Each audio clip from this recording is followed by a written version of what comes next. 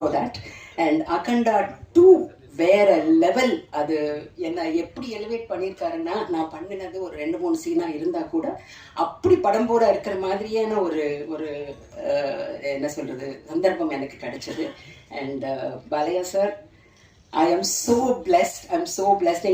எங்கள் பாட்டி எல்லாம் என்னை தூங்க வைக்கும்போது ராமாயணம் மகாபாரதம் சொல்லும்போது அப்பாவோட ஃபோட்டோஸ் எல்லாம் காட்டுட்டு ராமர் எல்லாம் இப்படி தான் இருப்பாங்க, கிருஷ்ணர்லாம் இப்படி தான் இருப்பாங்கன்னு காட்டினாங்க.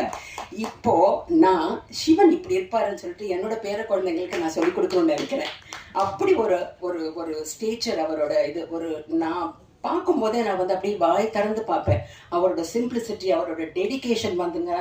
I think every one of us must learn from him the patience he had.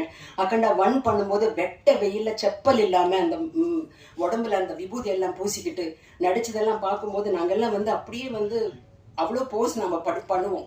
அதாவது டயர்டாக இருக்குது, கால் வலிக்குது அப்படி பண்ணிட்டு. பட் அது ஒன்றுமே இல்லாமல் இவ்வளோ பெரிய ஆர்டிஸ்ட் வந்து நம்ம முன்னாடி நிற்கும் போது நாங்கள் எல்லாம் வந்து அப்படி நிறைய பாடங்கள் கற்றுக்கிட்டோம் சார். Thank you so much. இந்த இது தமிழ் சாரோட மியூசிக் வந்து தெலுங்குல சொல்லணும் சோulu தத்தரில் போத்தேன்னு சொல்லுவாங்க. அந்த மாதிரி இடி மின்னல் கடலாம் நம்ம காதுக்குள்ளே அப்படி டைரக்டாக வந்த மாதிரியே இருக்கும். அப்படி ஒரு music and background score. Director sir, உங்ககிட்ட நான் ஒரு கேள்வி கேட்கணும். எப்போ தமிழ் படம் தெலுங்கு சூப்பர் ஸ்டார் பாலையா சாரையும் எங்க தமிழ்நாட்டு சூப்பர் ஸ்டார் எங்க ரஜினி சாரையும் எங்க அண்ணா ரஜினி சாரையும் வச்சு நீங்க எப்போ டைரக்ட் பண்ணி